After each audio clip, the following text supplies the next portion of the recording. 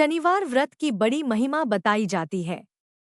कहते हैं इस व्रत को करने से शनि देव प्रसन्न होते हैं और जीवन के सभी कष्ट दूर हो जाते हैं। व्रत के दौरान व्रत कथा पढ़ने से मनोकामना पूर्ण होती है। तो दोस्तों, आइए जानते हैं शनिवार की व्रत कथा। एक समय स्वर्गलोक में सबसे बड़ा कौन के प्रश्न पर 9 ग्रहों में वाद विवाद हो गया।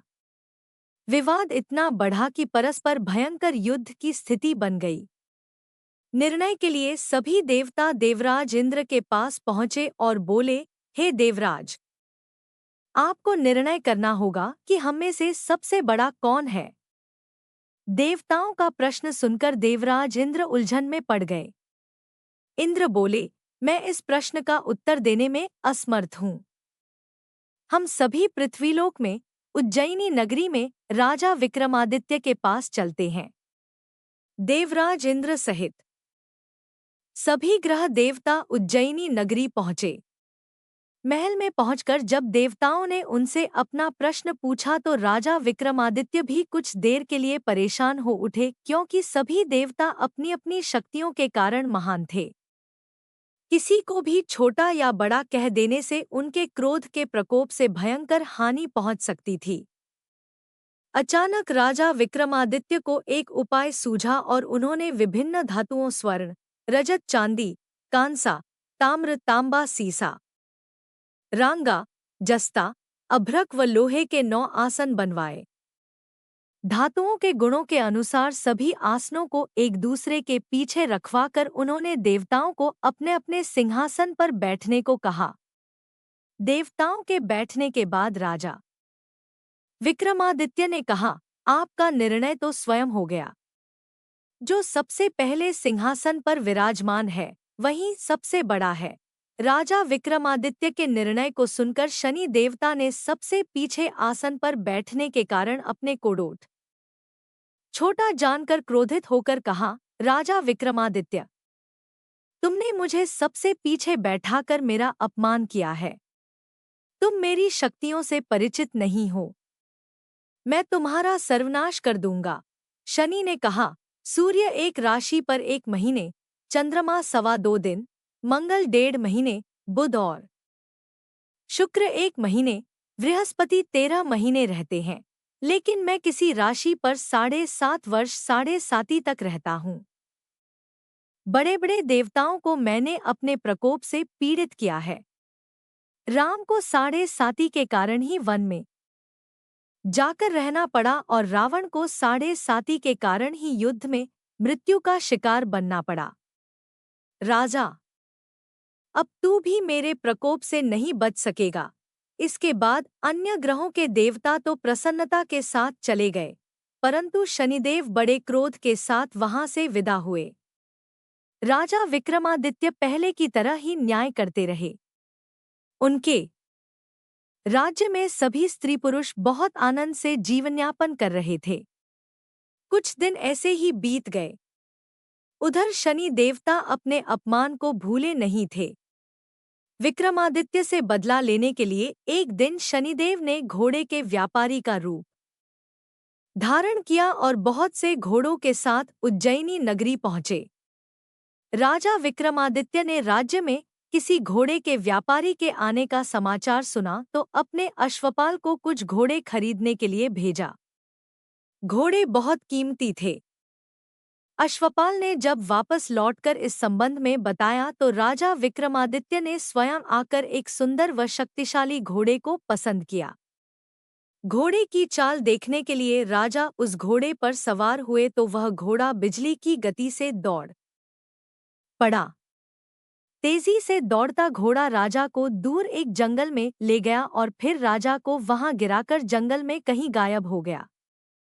राजा अपने नगर को लौटने के लिए जंगल में भटकने लगा, लेकिन उन्हें लौटने का कोई रास्ता नहीं मिला। राजा को भूख प्यास लगाई। बहुत घूमने पर उसे एक चरवाहा मिला। राजा ने उससे पानी मांगा। पानी पीकर राजा ने उस चरवाहे को अपनी अंगूठी दे दी।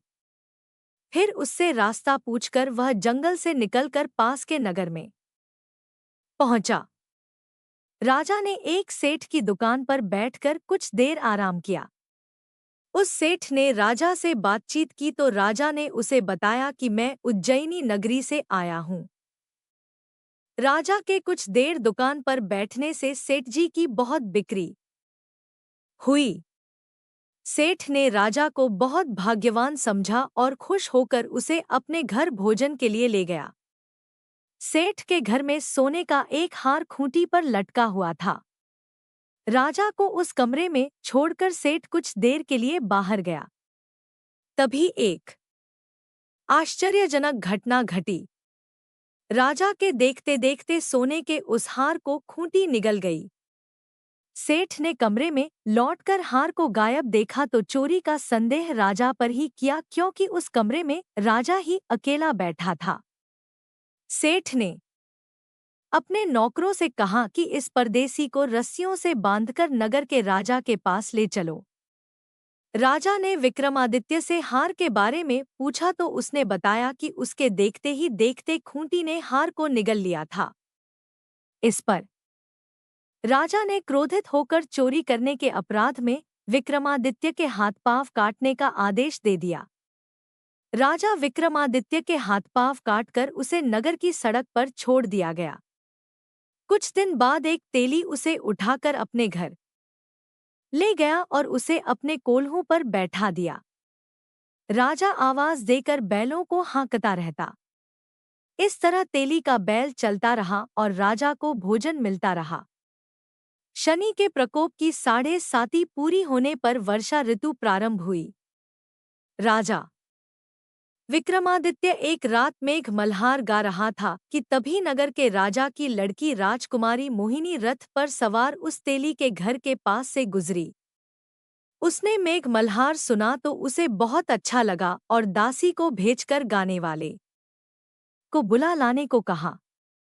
दासी ने लौटकर राजकुमारी को अपंग राजा के बारे में सब कुछ बता दिया। राजकुमारी उसके मेघ मल्हार से बहुत मोहित हुई। अतः उसने सब कुछ जानकर भी अपंग राजा से विवाह करने का निश्चय कर लिया। राजकुमारी ने अपने माता पिता से जब यह बात कही तो वे हैरान रह गए। रानी ने मोहिनी को समझाया, बेटी, तेरे भाग्य में तो किसी राजा की रानी होना लिखा है, फिर तू उस अपंग से विवाह करके अपने पांव पर कुल्हाड़ी क्यों मार रही है? राजकुमारी ने अपनी जिद नहीं छोड़ी। अपनी जिद पूरी कराने के लिए उसने भोजन करना छोड़ दिया और प्राण त्याग देने का निश्चय कर लिया। आखिर राजा रानी को विवश होकर अपंग विक्रमादित्य से राजकुमारी का विवाह करना पड़ा। विवाह के बाद राजा विक्रमादित्य और राजकुमारी तेली के घर में रहने लगे। उसी रात स्वप्न में शनिदेव ने राजा से कहा, राजा, तुमने मेरा प्रकोप देख लिया। मैंने तुम्हें अपने अपमान का दंड दिया है। राजा ने शनिदेव से क्षमा करने को कहा और प्रार्थना की, हे शनिदेव, आपने जितना दुख मुझे दिया है अन्य किसी को न देना। शनिदेव ने कुछ सोचकर कहा, राजा, मैं तुम्हारी प्रार्थना स्वीकार करता हूँ। जो कोई स्त्री पुरुष मेरी पूजा करेगा, शनिवार को व्रत करके मेरी व्रत कथा सुनेगा, उस पर मेरी अनुकंपा बनी रहेगी। प्रातःकाल राजा विक्रमादित्य की नींद खुली तो अपने हाथ-पांव देखकर राजा को बहुत खुशी हुई। उसने मन ही मन शनिदेव को प्रणाम किया। राजकुमारी भी राजा के हाथ-पांव सही सलामत देखकर आश्चर्य में डूब गई।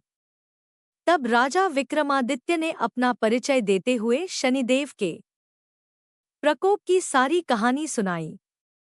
सेठ को जब इस बात का पता चला तो दौड़ता हुआ तेली के घर पहुंचा और राजा के चरणों में गिरकर क्षमा मांगने लगा।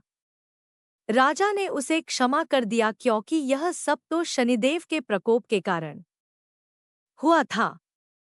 सेठ राजा को अपने घर ले गया और उसे भोजन कराया। भोजन करते समय वहां एक आश्चर्यजनक घटना घटी। सबके देखते देखते उस खूंटी ने हार उगल दिया। सेठ जी ने अपनी बेटी का विवाह भी राजा के साथ कर दिया और बहुत से स्वर्ण आभूषण, धन आदि देकर राजा को विदा किया। राजा विक्रमादित्य राजकुमारी मोहिनी और सेठ की बेटी के साथ उज्जैनी पहुंचे तो नगरवासियों ने हर्ष से उनका स्वागत किया।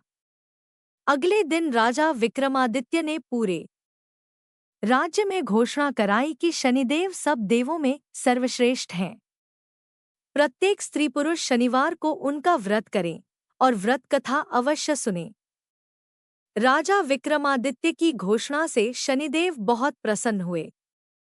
शनिवार का व्रत करने और व्रत कथा सुनने के कारण सभी लोगों की मनोकामनाएं शनिदेव की अनुकंपा से पूरी होने लगी। सभी लोग आनंदपूर्वक रहने लगे। तो दोस्तों, आज की कथा आपको कैसी लगी? अच्छी लगी तो एक लाइक और सब्सक्राइब जरूर कर दीजिएगा। धन्यवाद।